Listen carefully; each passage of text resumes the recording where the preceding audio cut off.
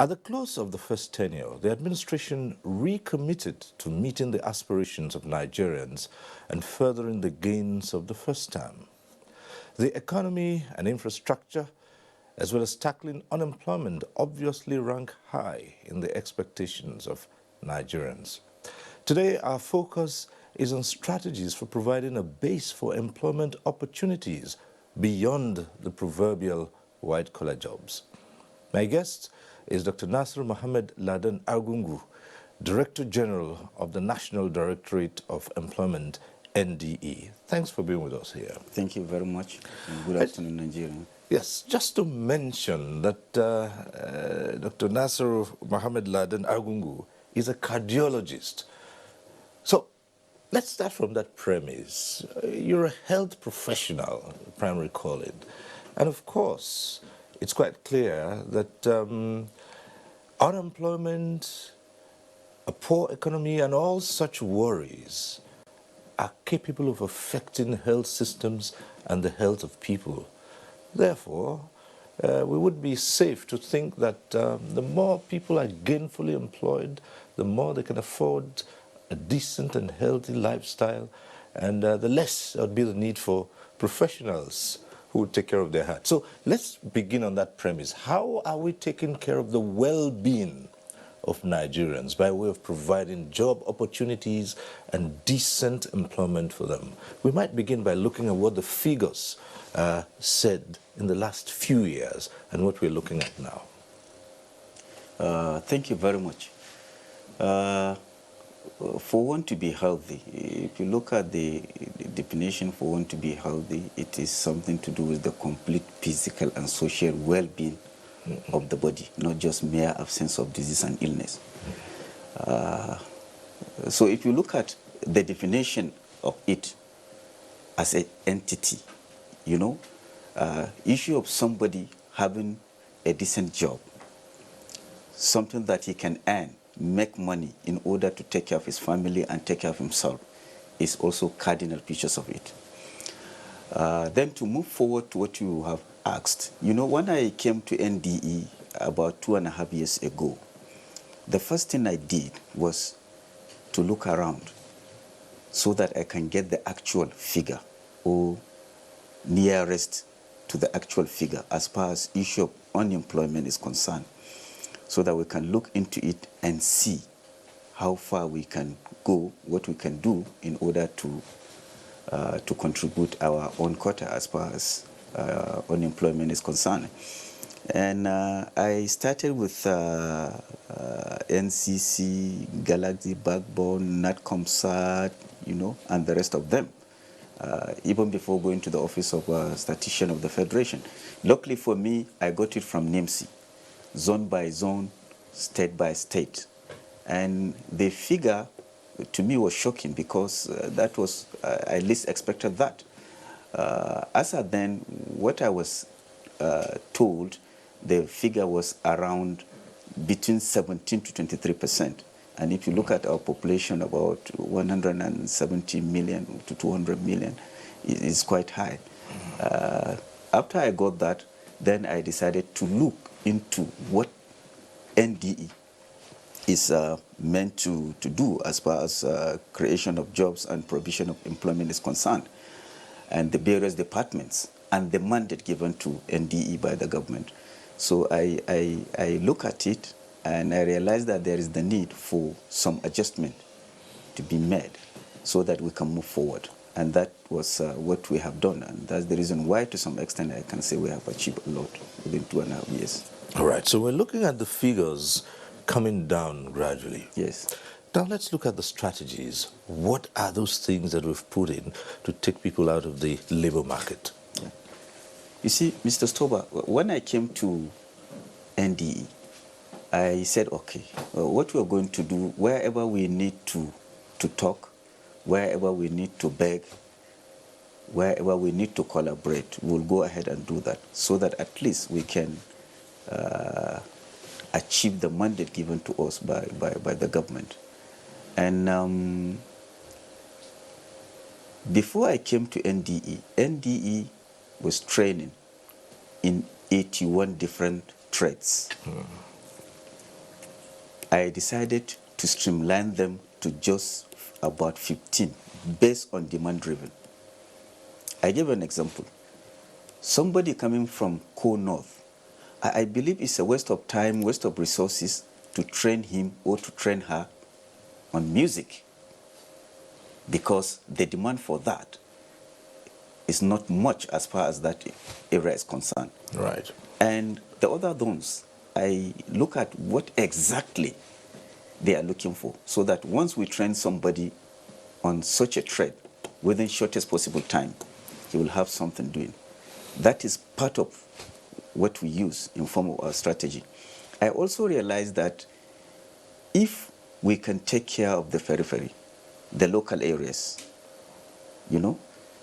it is very easy for us to control the center. So we decided to focus our attention on the rural areas.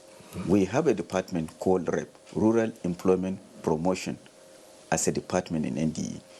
So we send our team deep into the rural areas,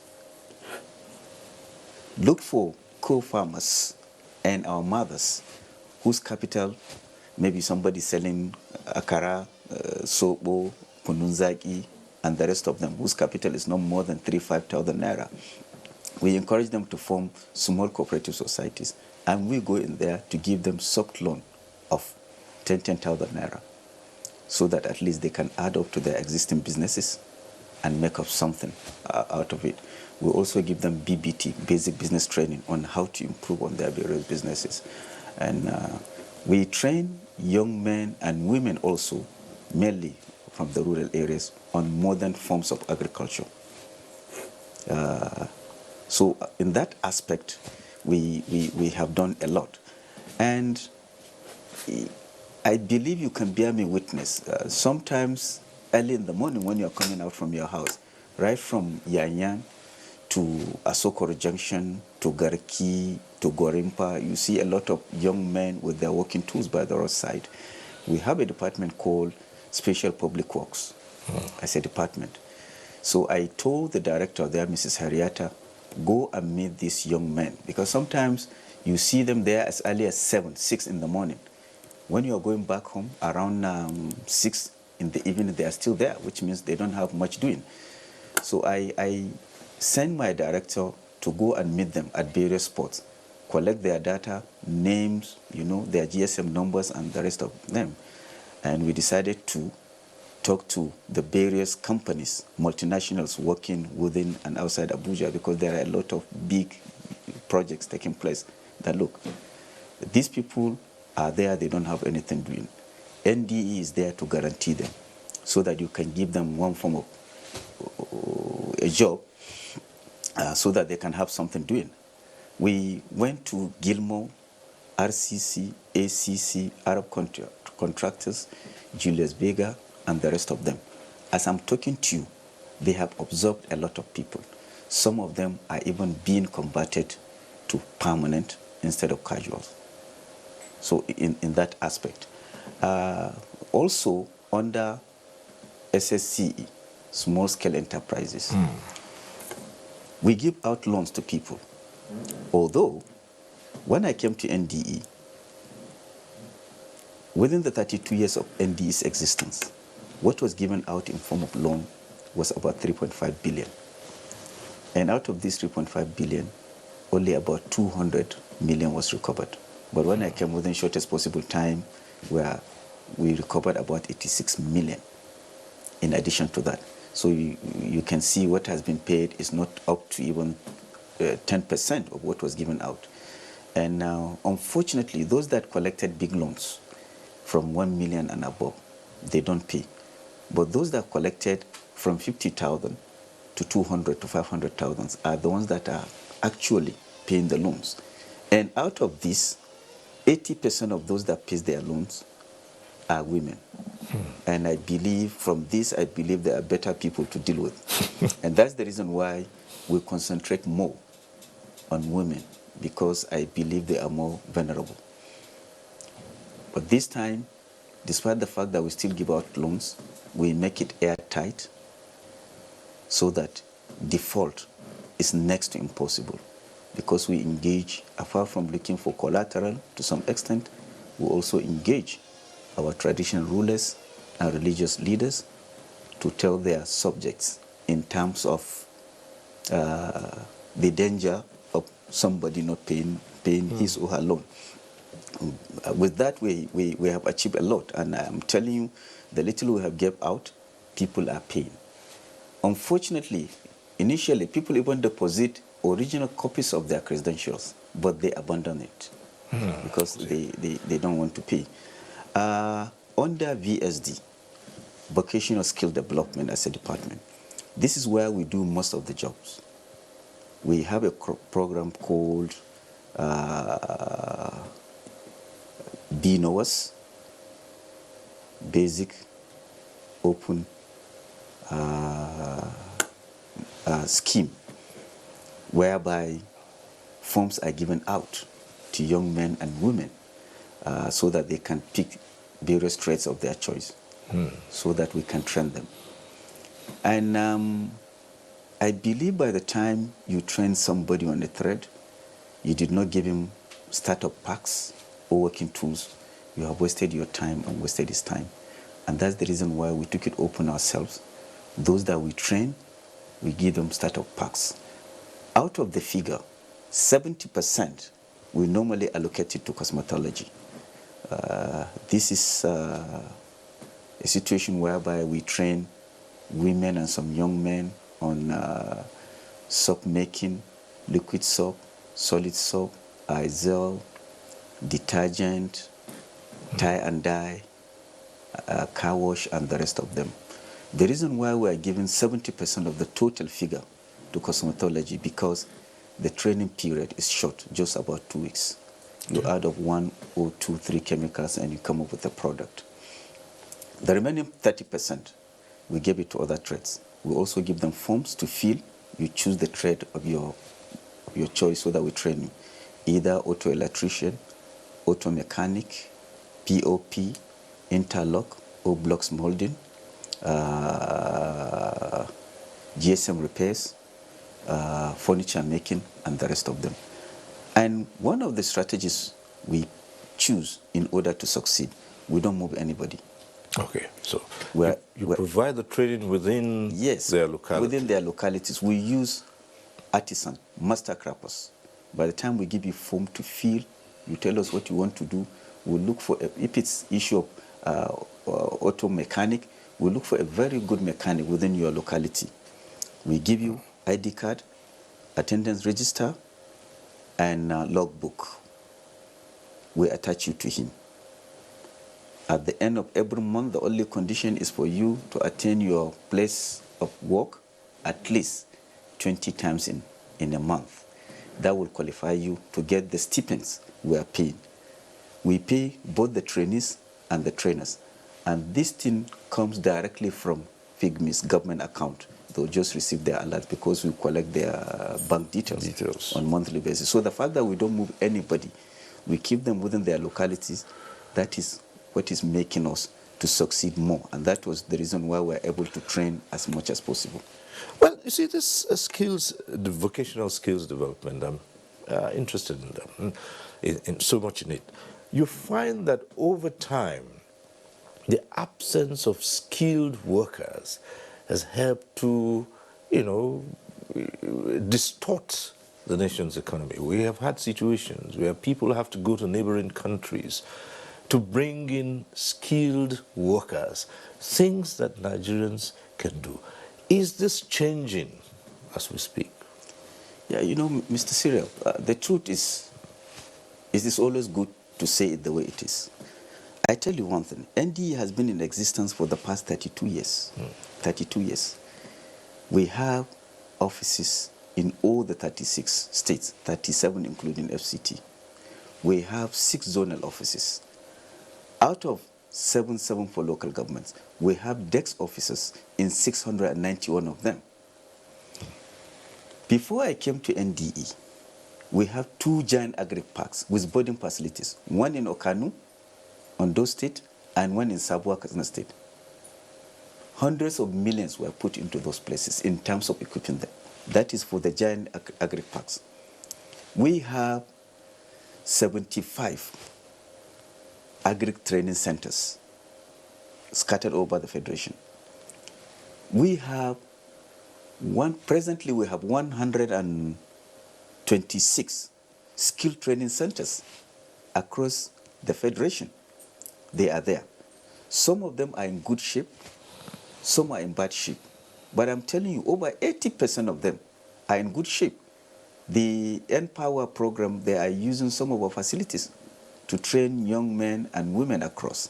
So if you look at NDE, as far as the spread is concerned, we are everywhere. We are everywhere. We are training a lot of young men and women, but our major problem is that the pride. The pride. And in order to take care of that, we have a program called GAP, Graduate Attachment Program. We call you that, look, we know you have a degree or you have HND or diploma, but let us be truthful to ourselves. The white collar job is not there. You can make more money if you can use your hands and your brain. Tell us what you want to do. We're not sending you to an artisan because you say, look at me, a degree holder going to a common illiterate who cannot speak any English despite the fact that, yes, he's good in what he's doing. So we ask them, look, what do you want to do? So that we can send you to a better place. Learn. And you know, on monthly basis, as far as graduate attachment program is concerned, with the little we have, we are paying them 30,000 naira in a month for those graduates. We even have graduate coaching scheme for some graduates that are living within the localities, they don't have anything doing. We say, look, take these young men and women within your community that are deficient either in WAEC, NECO, GCE, SSCE, or even JAM. Train them so that they can make up to go to the universities or colleges of education, and we are paying them 10,000 naira on monthly basis. The major issue is the pride. Some of them, they are not interested in learning. They are only interested in taking the money. And if you go to most of the universities, look, what I saw in Aleru, University of Science and Technology in Kebbi State, I was shocked.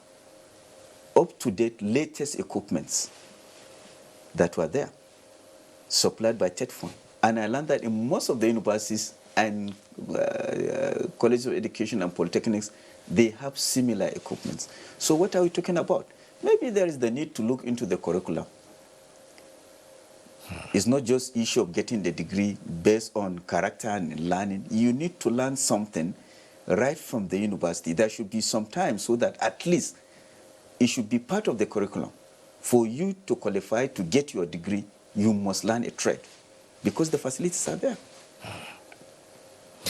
This attitudinal change you're talking about, yes, people, it's easy for people to come out and say, look, I have X, Y, Z degrees, and it would be demeaning to come down and begin to train on, things that people look at as menial jobs. But the fact remains that artisans all over the world, in many parts of the world that I know, are people who make good money. Yeah.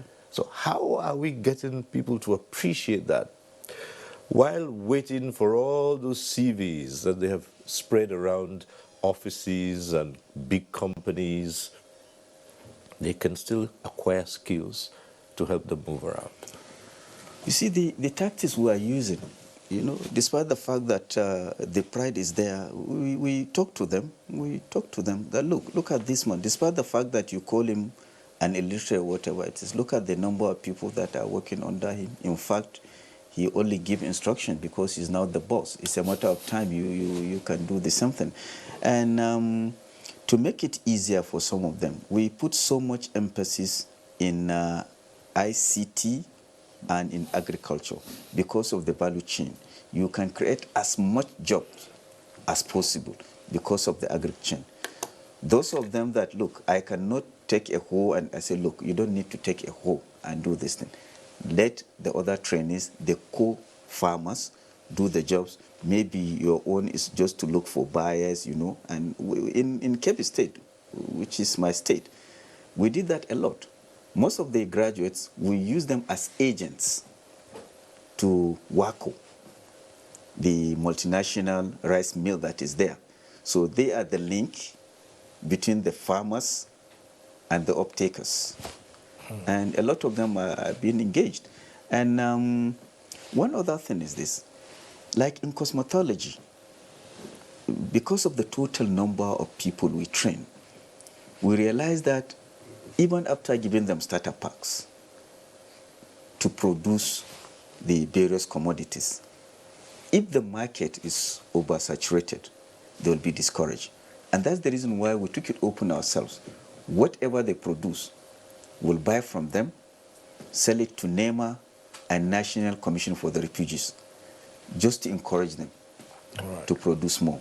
I even discussed with our friend Shegun Awolo of Export Promotion, and he told me that, look, since you are thinking of exporting some of these products to some West African countries, there is the need for you to look for a very good consultant who is good in packaging. Right. So that you need to package those things properly so that they can find market value for themselves. And we are into that. In addition to that, we have already written NAFDAC and SON so that we can have NAFDAC and SON certification as far as our product is concerned. We are even looking at the possibility of centralizing even the containers apart from the chemicals, so that wherever is being produced, either from the northern part, southern or western part of Nigeria, we know that in terms of quality is the same product. As I'm talking to you, a friend of ours saw this shea butter, and he took some to Saskatchewan in Canada. I'm telling you, as far as I know, that woman is now a millionaire. Because they could not believe it. Raw shea butter. And she's producing more, she's taking more and sending it. In fact, people are there waiting for those things. So, sky is the limit. And that's the reason why we're always telling them, look, you don't forget about looking for this white-collar job. You can make money at your own time. At your own time, because the more you produce, the more money you make. It is only if you want to do it, you don't have to stress yourself. Well, it's been said that one of the challenges young people especially face when they think of going into certain businesses is the absence of any form of business training.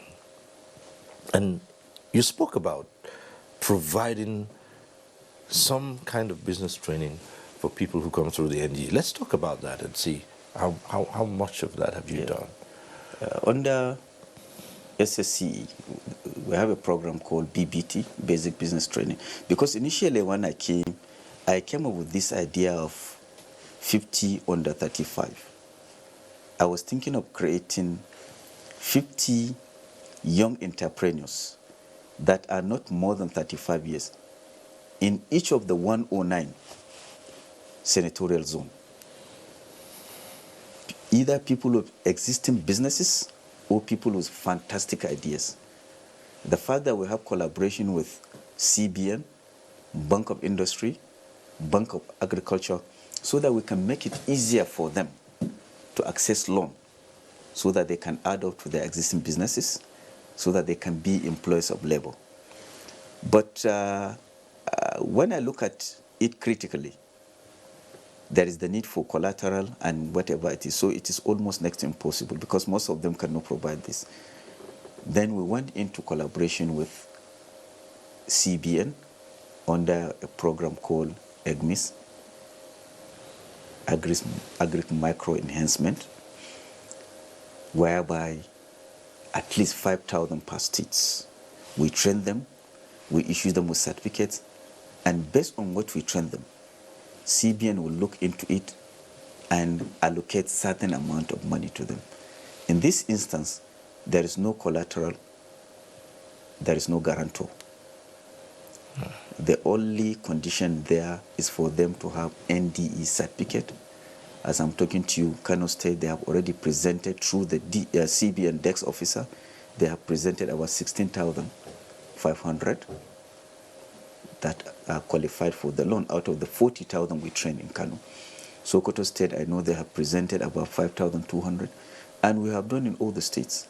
So it is all left for them to submit their certificates to various CB and DEX offices in their various states so that they can forward them to Abuja, so that it will be easy for these young men and women that are trained to access the various form of loans they applied for. Now that you speak, the picture is getting a lot clearer. Lots of people who would think NDE is for only one category of people and not for the others. At a point in time, young graduates felt, well, the NDE scheme, that's for people who have not been to school. Now we're getting to know that NDE is open to just about every Nigerian who's willing to acquire the skills for employment. But that's just one thing that people want to know about. Is there an age restriction for people who want to take advantage of the opportunities the NDE provides to better their lot? Would you say someone is too old to go through a scheme or training? Is there a space for everybody, all categories, all age groups? It's important to know that. Every Nigerian that is healthy, is there a he or a she, irrespective of the age, is qualified. Let me just give you one example. In my state, the last time I discussed with my governor, he made a case for this. I believe, with due apology, I believe they are among the poorest of the poor. Because after millet, maize, or guinea corn, or rice milling, the end product of already milled product, they used to gather it. In fact, some people buy from those that milled, give it to them to remilled and share the profit. So my governor talked to me, said, look, Nasiru, instead of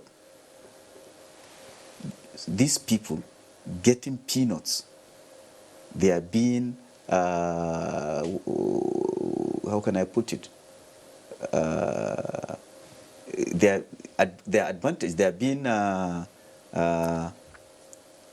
exploited by these people. Why can't we come in and provide capital for them so that they can buy the end product themselves, reproduce it, and make money for themselves?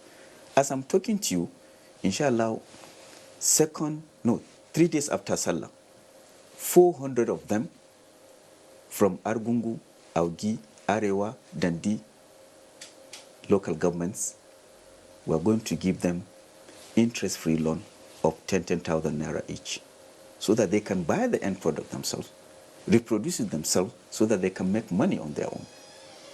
In addition to that,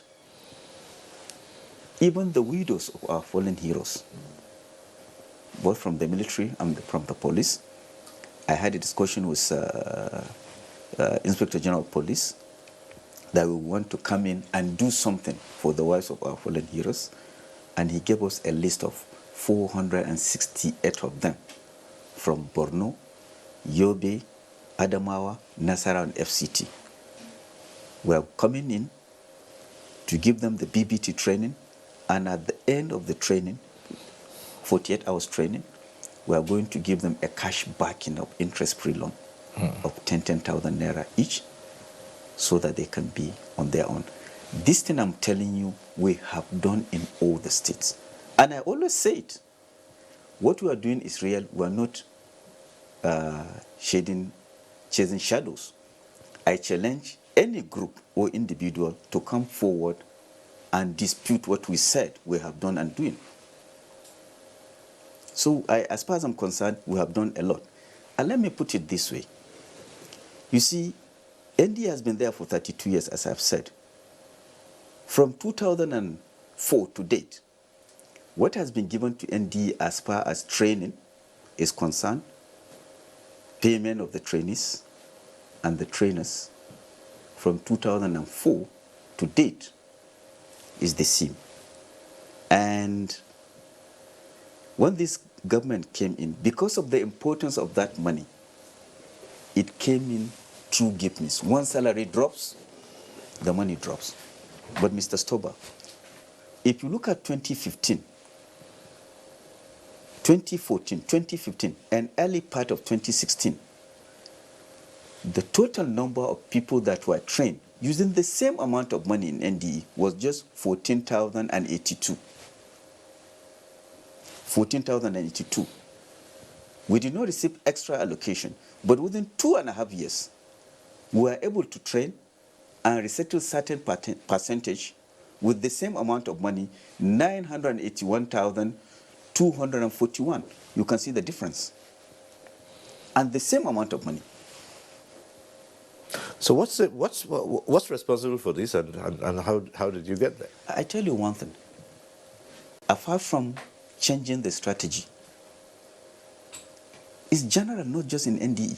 Wherever you want to steal, you always hide under the umbrella of consultants. When I came to NDE, I realized that more than 70% of the money that is supposed to be meant for training these young men and women and their trainers goes to consultants. When I have people that spend greater part of their lives, 30 years, some even more in NDE, what can a young man, nicely dressed, will come and tell them as far as issue of employment generation is concerned? So I decided to eliminate consultancy unless where it is extremely necessary. I use experienced staffs of NDE, and that's the reason why we are able to succeed. And I tell you one thing. For me, Mr. President gave me the mandate: create jobs, provide employment. In the process of doing that, I stepped on so many toes. My conscience is clear. People thought maybe after taking oath of allegiance, oath of office by Mr. President, that it's like he have done it for himself. He cannot run this country alone. And that's the reason why he gave some appointments, right from ministerial level up to chief executive level. So if people thought they are deceiving themselves that the oath of allegiance that Mr. President or Vice President swear by the Quran and Bible, it is on their own. We are all part of it. So whatever you are going to do, make sure that your conscience is clear because you are part of it. And that's the reason why, Mr. Stober, I know I step on so many toes. And honestly, I don't care, even if they are to break, to place up to bleed, because the hereafter, I cannot tell God, I decided to do something against the law because Mr. So and so tell me to do that. Because I know Mr. President, by his character, he will never tell Nasiru, bend the law, talk less of breaking the law. All right. And some of our colleagues, that is part of the problem they have. You need to be sincere to yourselves. We know we are all under supervision by our mother ministries. But wherever you felt the duties are clear cut, you don't have to fear anything. If your conscience is clear, go ahead and do what you think is right, irrespective of everything. I know I had a lot of threat, but my conscience is clear. Speaking of this, let's take it a little bit further. With the commitment of the NDE, can you say straight away that people who want to benefit from the various programs and projects of this organization do not have to know anybody anywhere? In other words, they don't have to come from, any well-placed members of society. That this organization is has open access to every Nigerian desirous of bettering their lot through employment opportunities. You see, Mr. Cyril, I always believe in saying it the way it is. When I first came in, the first mega BNOS, Basic Open Apprentice Scheme, we did, where we took 76,000 young men and women across the country at a go. I was told the best way to do this thing involve the politicians because they are the ones that control the people. And I decided to make it 2,000 per states. But states like Lagos, Kano, Rivers, and Katsina, I gave them 4,000 each to bring young men and women to be trained. Each and every senator, I gave them 200 slots. Members, House of Reps, depending on the number from their states, from 35 to 50, state governors, ministers, so that at least, yes, we know they are the ones that control the people they have the crowds from their various states. But I tell you one thing, this thing we did in 2016, up to date, there are some that did not submit any name for training. And based on that, I said, look, we are all Nigerians. There is no difference between angry, unemployed Nigerian from APC, PDP, or APGA control states. They can be a threat to all of us. And I decided to make it open. Collect form, fill form, and we'll train you. So each and every Nigerian is now qualified. There is no parental treatment as far as training and resettlement is concerned in NDE. All right. So far, we've talked about what you've been able to do. But as you'll agree, tackling unemployment is a tough job, and it's ongoing. So what are we looking at? What strategies are we looking at in the next couple of years as to further bring down the rate of unemployment, empower so many more Nigerians who need to have something decent doing? Thank you very much. The last time we attended a meeting, the statistician of the Federation said there are about 30 million existing small-scale businesses in Nigeria. So let's assume, out of these 30 million, if one can create, each one of them can create one job, it's like issue of unemployment in this country is solved. So there is the need for us to collaborate, to synergize between NDE, SMEDEN, ITF, and NPower. By the way, ND is the lead agency. Yes. Right, okay. Okay. So that we can come up with a template to look at this thing critically and move forward. And I'm telling you, if there is the will, it's something that is achievable. It's something that's achievable. But the truth is that it's always good to see it the way it is. People thought maybe you can access loan from NDE, then you go to SMEDEN and access it, you go to ITF, but I'm telling you it's next to impossible. With the There's still those who want to beat the system. Yes, but I'm telling you it's next to impossible, because if you come to NDE, you're looking for loan. Let's say you want to establish a poultry farm, fish farm, or even pure water business. We have people there from the inspectorate, from the SSCE. They have to go to where you said. Show us the location. How far have you gone? Or are you going to start from the scratch? We take all the details before you access our loan. And by the time we do that, we key it. And with what is being done from this agency of Dr. Pantami, right. NIDA. Yeah, things are being brought together. So it is not easy for somebody just to come here and access this, go to here, and it's not easy. It's you not have a easy. database where you can Yes. key into And honestly, when I came in, I tried as much as I can to have a robust website as far as NDE is concerned.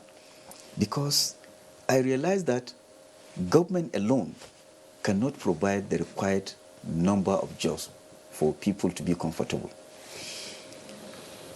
We created that website and we call it NDEI.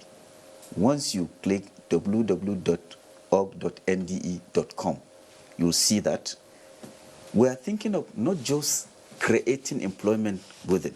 We're trying to borrow from Philippines, Sri Lanka, India, and Pakistan, whereby they are making a lot of money, hard currency, from labor export. We are going to open that portal to the whole world through their various embassies. The fact that a lot of Nigerians have keyed in with their qualifications, so that wherever you are, whatever you are looking for, you just open and you'll see it.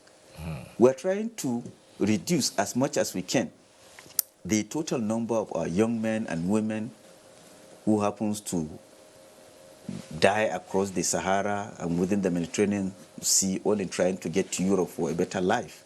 We cannot stop them, but we're trying to minimize that so that at least they can travel in dignity and in style, and at the same time eliminating human traffickers. We have that in place also. Apart from the collaboration you have among agencies that are concerned with addressing unemployment in the country, what other collaborations do you have with organizations, those that can provide skills, training opportunities, you know? You see, to be frank with you, I wish to thank Alhaji Aliko Dangote for what he has done in Lagos. And ND is fully involved in terms of training those young men and women that are working in his petrochemical factory in Lagos.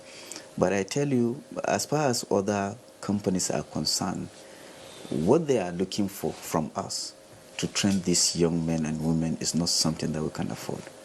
So we don't have much from them. But I complained to my colleague DG of NECA so that he can come in and see what he can do for us as far as having those young men, mainly the graduates, involved in most of these multinational companies. But we have not achieved much from them. That's the truth of the matter. Did you hear all the time that many organizations, many government agencies complain about paucity of funds to carry out their mandate? How well has the ND been funded? And how have you been able to use what you have to maximum benefit for those who should get something out of the schemes, the various schemes that you have? You see, it all depends on one seriousness and how sincere you are. The little you have, if you can utilize it judiciously, it can go a long way. I just gave you an example. What ND used to receive from 2004 is the same thing up to date. And you cannot tell me the total number of unemployed youth in this country from 2004 is the same thing in 2019. But the fact that 2014, 2015, and early 2016, despite the fact the money came on regular basis, on monthly basis, and that's the reason why we call it regular capital. Despite the fact that the money comes on monthly basis, but only 14,082 were trained in 2.5 years. But within 2.5 years, the same amount of money, were able to train about 981,241, and we recited some of them. So you see, it's a clear something. I'm telling you, if to say we can have the fear of God, with the small amount we're getting, a lot can be achieved. You know, there was a time, something that has never happened in NDE, when I first came in, because I refused to do some people's bidding for 9 months, something that has been coming since 2004, for 9 months, not a couple came to NDE, and I was stuck. I had to complain left, right, and center before Mr. President heard about it and approved certain amount of money. Despite that, some people tried to block it. I had to show them that, look, I also know my way. And that was when the money was released. And that money was only released when the President, Minister of Finance came in. And we have achieved a lot with that money, because those that we train, both the trainees and the trainers in all our programs, the BNOs, the ANOs, the GAP, the graduate coaching scheme, those that are trained in renewable energy, environment, beautification, under special public works, we could not pay them their stipends. But with that money that was approved to us by Mr. President, within shortest possible time, we paid everybody. Currently, you took a hard look at those areas where you were engaged in trade, said 81, and you pruned them down to 15 demand-driven areas. Yes.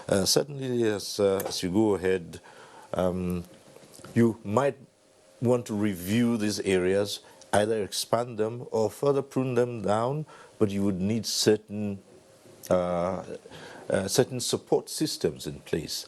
What do you look at as you go into the next couple of years in providing this basic training for those who desire it, using the demand-driven areas. Of course, as they say, society is dynamic, and you may find that there are new trends emerging. How do you meet up with those in the future? You see, I forgot to mention earlier, virtually in all the states, we have what we call common facility centers. In southern part of this state, we have palm oil milling centers within certain communities. So we believe if we train young men and women in that field, it is very easy because the product or the raw materials is within the society and it's something that they can use. And we have these centers. Like in Kano, in what's the name of this area? We also have a common facility center for groundnut oil. We have a milling machine there. We upgraded it, put in all the necessary facilities, and hand over to the community to be manned by them. So even in Nasarawa State, there was another woman that is producing a lot of palm oil. But if you look at the condition she is making it, it's not something that is that hygienic. In fact, I saw the program on NTA. So I told my state coordinator, get across to this woman, sit and discuss with her. We are ready to put in a facility. And luckily, we have it in our office. We handed everything over to her. We recruited some young men and women, handed to her so that she can use that machine, make money for herself and those that are working with her, and at the same time train them. Do you keep up with people who would pass through your programs? Do you stay in touch with them? Are they part of your, training programs? Some who have gone through the mills themselves through NDE. Do you retain any partnerships or relationships with them? I think about 40% of our trainers are those that we train. Right. We have Inspectorate Division, we have SSCE. They monitor those that we train just to make sure. And most importantly, those that we gave startup packs to make sure that at least they are using the startup packs we gave them. Of course, there are some that they'll collect them and sell, but we are doing as much as we can. Yes, speaking about which, how have you been able to address that? Because, it's virtually impossible to have 100% rate. Some people will still take up these packs and sale, as you said. Yeah. What have you in place to reduce this to the barest minimum? Yeah, we try because mainly during distribution we make it ceremonial. Sometimes the governors will be there with the traditional rulers and religious leaders. And the fact that we have record of each and every person, more especially these startup packs for cosmetology, which is worth 40,000 naira in terms of the finished product, and the 5,000 cash backing. The fact that we buy from them, by the time we did not see any input from you, we'll ask questions. What is happening? So person is not bringing his product so that we can buy them to resell to NEMA or National Commission for the Refugee. In some cases, that's where we know those that defaulted. And the fact that we gave them, we blacklist them. So that next time we're training, for whatever reason, anything coming from NDE, they'll never be part of it because we know they are not sincere to themselves. As we begin to round up, I'd like you to speak to the army of unemployed people out there, particularly youths, who still have a feeling that all they need is to pick up that certificate from whatever institution they've attended and sit back and send out applications and CVs to companies and government establishments and then moan all day long about having nothing to do. I'd like you to speak to them. You see, Mr. Stober, it has even gone beyond just looking for a white-collar job. It is as bad as some of them are even selective. I have files of CVs that were sent to me. But you'll see I'm looking for a job either in CBN, NNPC, printing and minting, NIMASA, MPA, and Yeah, the rest because of them. people think those places I'm, are where, you can really get, I'm telling you, you know, big incomes. we did a replacement exercise in NDE. And when I had that opportunity, I was so happy. And there are some people that I felt maybe there is the need for us to have them engage. But whenever they ask, okay, how much is the salary? When I mentioned the salary for grade level 8 or grade level 9, they say, no, but you need to keep that. When you have something good, then please let me know, because this one cannot even buy a recharge card for me for a month. So you see, it's a big problem. Not known to them.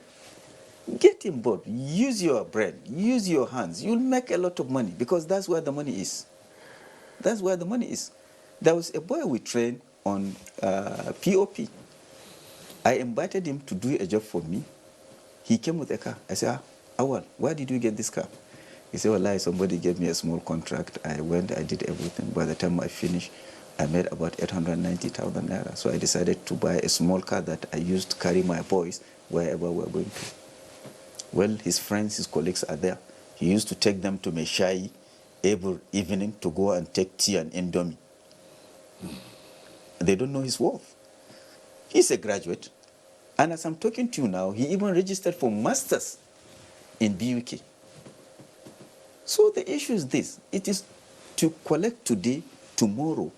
It can only be done to you by God. Even if it's your father, one day he will get tired of that and he will tell you, look, young man, I've given you all the necessary support, the education. You better go and start looking for your own legitimate means. So that's the issue. They need to think twice. Nigerians youth are very intelligent people, very enterprising. But I tell you one thing. From what we try to do, I realize that it's not just people out of job or unemployed. My brother, there are people that are not ready to work. There are people that are ready to work. And most of them are not ready to work, despite the fact that even if you created an avenue for them to get engaged. That's the truth of the matter. Skills, skills, and skills. That's the way out. All right. And we have all it takes. If I tell you we don't have the capacity to do it, I'm lying to you, because there is nothing I requested from this government as far as making it easier for my job is concerned that I did not get. That's the truth of the matter. Well, Dr. Nasiru Mohammed Ladan Argungu, Director General, National Directorate of Employment, ND, it's been interesting talking to you. Thank you very much. We hope you'll come again, because the issue of unemployment, tackling unemployment, jobs for all as we call it, it's an ongoing one. So we hope you come again and update us on your strategies for Inshallah. cutting down the rate of unemployment in Nigeria. Thank you very much. Thank you once more. Thank you. And that is our program today. We thank you for watching. Next week, we'll be back with One on One. I am Cyril Stober. Bye for now.